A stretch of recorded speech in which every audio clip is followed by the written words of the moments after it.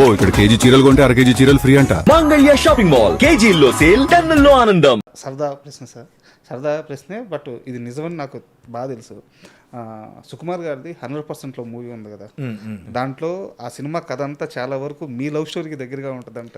దగ్గరగా ఉంటుంది. ఆ కథ ఏమన్నా కాదు, 100% నిజం అది. ఎందుకంటే నేను మా మిస్సెస్ ఇద్దరం 1st to 10th కలిసి చదువుకున్నాం సార్. మా మధ్యలో పోటీ కూడా అట్లాగే ఉండేది. ఒకసారి నేను ఫస్ట్ వచ్చేది, ఒకసారి తను ఫస్ట్ వచ్చేది, ఒకసారి నేను క్లాస్ లీడర్ అయితే ఇంకోసారి తను క్లాస్ లీడర్ అయ్యేది. ఇట్లా టామ్ అండ్ జెర్రీ లాగానే ఉండేది మా మధ్య. అక్కడి నుంచి వచ్చిందే. నిజానికి కూడా 100% నిజమే. మీరు చూసినప్పుడు మీకు అనిపించిందా ఆ మూమెంట్, సినిమా చూస్తున్నప్పుడు ఇదేదో మనకి సంబంధించిన క్షణాలు ఉన్నాయి దీంట్లో? అవును. అయితే కాకుండా అక్కడ బావ మరదళ్ళు అదొక ఉంటుంది, కానీ ఇక్కడ మాకు చుట్టరికం లేకున్నా అంతవరకు ఓకే, సేమ్ క్లాసు చదువుకోవడం అదంతా మేము ఫీల్ అయ్యాం కూడా. వారు ఎంతవరకు చదివారు సార్? తను ఆర్కిటెక్ట్, బీఆర్క్ చేసింది ఆర్కిటెక్ట్, ఇక్కడ జేఎన్టీయూలో చేసింది. ప్లస్ తన వాస్తు ఎక్స్పర్ట్. ఓకే, వాస్తు అది చూస్తుంది. తర్వాత ఇండివిజువల్గా తను కొన్ని కాంట్రాక్ట్స్ కూడా చేసేది. అంటే అట్లా టంకీ వర్క్ తీసుకొని చేయడం అట్లా చేసేది. ఇప్పుడు ఇంట్లో నుంచే అన్నీ మెయింటైన్ చేసుకుంటుంది sir. And few more questions, last few more questions. ఆయాషర్ రిలీజ్ అయిన తర్వాత ఇండస్ట్రీలో రెమ్యునరేషన్స్ పరంగా బిగ్గెస్ట్ రెమ్యునరేషన్, అంటే మీరు అడగకపోయినా మీకు ఇస్తున్న సందర్భం, టాప్ పొజిషన్లో ఉన్నారు కాసల శ్యామ్ అని చెప్పి గట్టిగా వినిపిస్తుంది. అది ఇంకా వాళ్ళు మనకు ఇచ్చింది. నేను అడిగేది ఒకటైతే అడుగుతున్నాము, వాళ్ళు నిజంగా స్వచ్ఛందంగా అంటే పెంచవచ్చు, తన పాటలు మనకి ఇంత ఇస్తున్నాయి అనేది వాళ్ళు డిసైడ్ చేసిందే.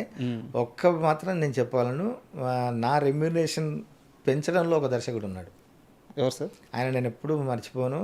అంటే రెమ్యునరేషన్ పెంచినందుకు కాదు, ఆయన ఒక రచయితల పక్షపాతి ఆయన సార్.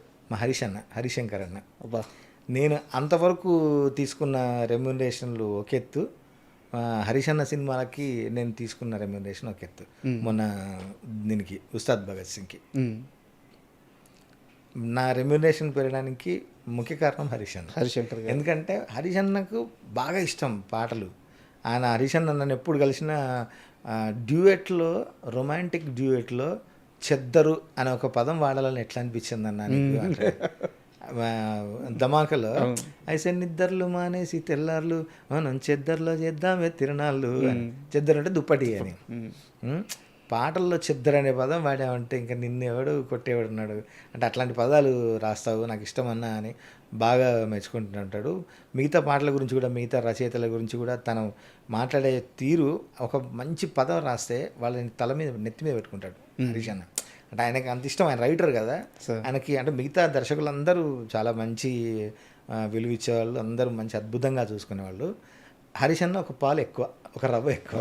నేను ఇంటర్వ్యూ చేశాను సార్, నా ఇంటర్వ్యూలో చెప్పారు ఆయన దేవుడి రూమ్లో ఇళయరాజా గారి ఫోటో, వేటూరు గారి ఫోటో 2 దేవుడి రూమ్లో ఉంటాయంట ఆయన. సో అంత సాహిత్యాన్ని, సంగీతాన్ని అంత ఇష్టపడే ఇష్టపడతాడు. రచయిత కష్టము, రచయితకి ఎంత ఇవ్వాలన్న ఆలోచన అన్నీ తెలుస్తాయి. అవును, పెరిగింది మాత్రం హరీష్ అన్న వల్ల.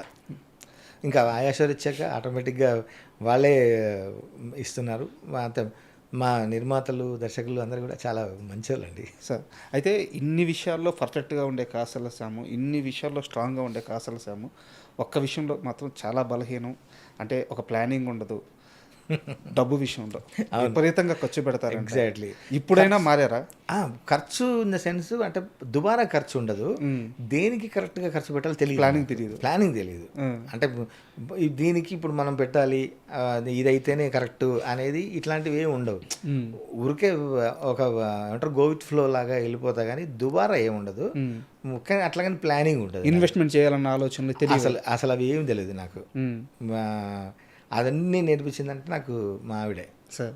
అంటే ఫస్ట్ నుంచి నన్ను బలవంతంగా చిట్టీలు కట్టించడాలు, లేకుంటే ఇంత ఇన్వెస్ట్మెంట్ చేయడాలు, అక్కడ ఇక్కడ సేవ్ చేయడానికి చెప్పడాలు.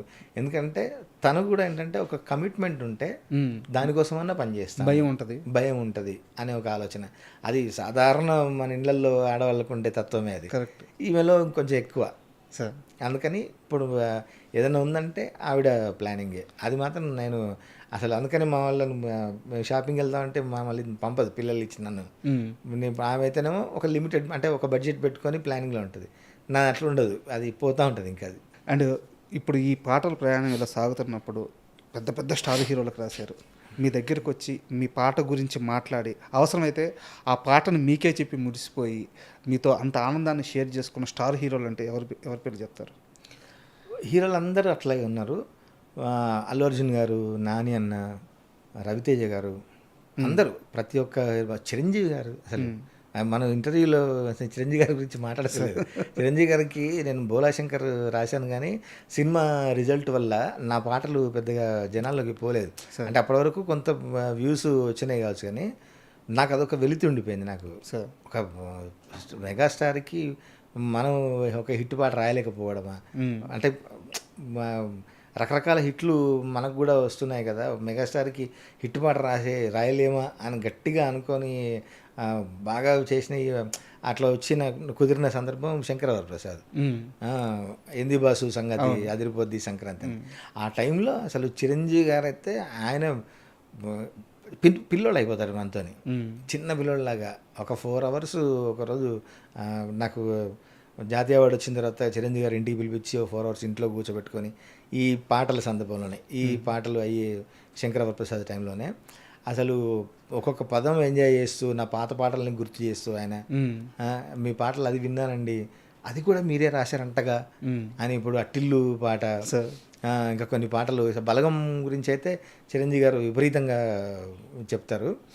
అసలు మిగతా చిన్న చిన్న నవ్వొచ్చే పాటలు, టిల్లు కావచ్చు, తర్వాత విశ్వక్ గారికి నేను రాసిన మామా బ్రో అనే పాట కావచ్చు, ఇట్లాంటి కొన్ని పాటలు ఉన్నాయి. అవి చిరంజీవి గారు నాకు చెప్తూ అది కూడా మీరు రాశారంట కదా, అసలు భలే ఉంటుంది ఆ పాట గుర్తుపెట్టుకొని చెప్పడం. అట్లా అందరు హీరోలు కలిసినప్పుడు నాని అన్న అయితే అసలు నాకు మొత్తం లైఫ్కి సరిపోని హిట్లు ఇచ్చారండి మీరు అంటాడు. ఈ ప్యారడైజ్ సాంగ్ విషయంలో ఏమన్నారు సార్ నాని గారు? ఆయన ఫుల్ హ్యాపీ. అసలు షూటింగ్ దగ్గరికి వెళ్ళగానే మళ్ళీ ఏదో చేశారుగా మీరు, ఆయనకు మా ఇద్దరిని బాగా ఫన్ మమ్మల్ని ఆట పట్టిస్తాడు శ్రీకాంత్ని నన్ను, మీరిద్దరు కలిశారంటే ఏదో చేస్తారయ్యా మీరు అంటాడు అని. మళ్ళీ వెళ్ళగానే మళ్ళీ ఏదో చేశారుగా, ఇది ఏదో అయ్యేలాగే ఉంది పాట అన్నాడు ఆయన షూటింగ్లో. అప్పుడు ఇంకా రిలీజ్ అవ్వలే పాట వినగానే అన్న మాట నారాయణ, అసలు మీరు ఏదో మళ్ళీ తగలబెట్టారు, ఏదో చేశారు, ఇది ఏదో జరగబోతోంది ఈ పాట అన్నారు ఆయన. అట్లాంటి కాంప్లిమెంట్స్ ఇస్తారు sir. Super sir, thank you. ఎందుకంటే తెలుగు సినిమా పాటని చేయబట్టుకొని ఒక ఉధృత స్థాయికి, ఉచ్చ స్థాయికి తీసుకెళ్ళిన గొప్ప రచయితలు ఎంతోమంది ఉన్నారు. సో ఈ తరంలో మీకు అవకాశం వచ్చింది, అద్భుతంగా వినియోగించుకుంటున్నారు. సో ఈ ప్రయాణం ఇలాగే సాగాలి. ఖచ్చితంగా నాకు ఆ పాట నిజంగా పాట నాకు ఇచ్చిన అవకాశం. నేను పాట నడిపించాను కాదు, పాట నన్ను నడిపిస్తుంది సార్. నిజంగా ఆ పాట తల్లికి, ఆ వాక్కులమ్మకి, ఆ పాటలమ్మకి, సరస్వతికి, నన్ను కన్న తల్లిదండ్రులకి, నా ఫ్యామిలీకి, నా వైఫ్, నా పిల్లలు, మా బ్రదర్ అండ్ సిస్టర్స్, వీళ్ళు ఆదరిస్తున్న ప్రేక్షకులు, దర్శకులు, నిర్మాతలు, సంగీత దర్శకులు, డాన్స్ మాస్టర్లు, సింగర్లు, ఎవరెవరు ఇప్పుడు నేను ఇంత దూరం వచ్చానంటే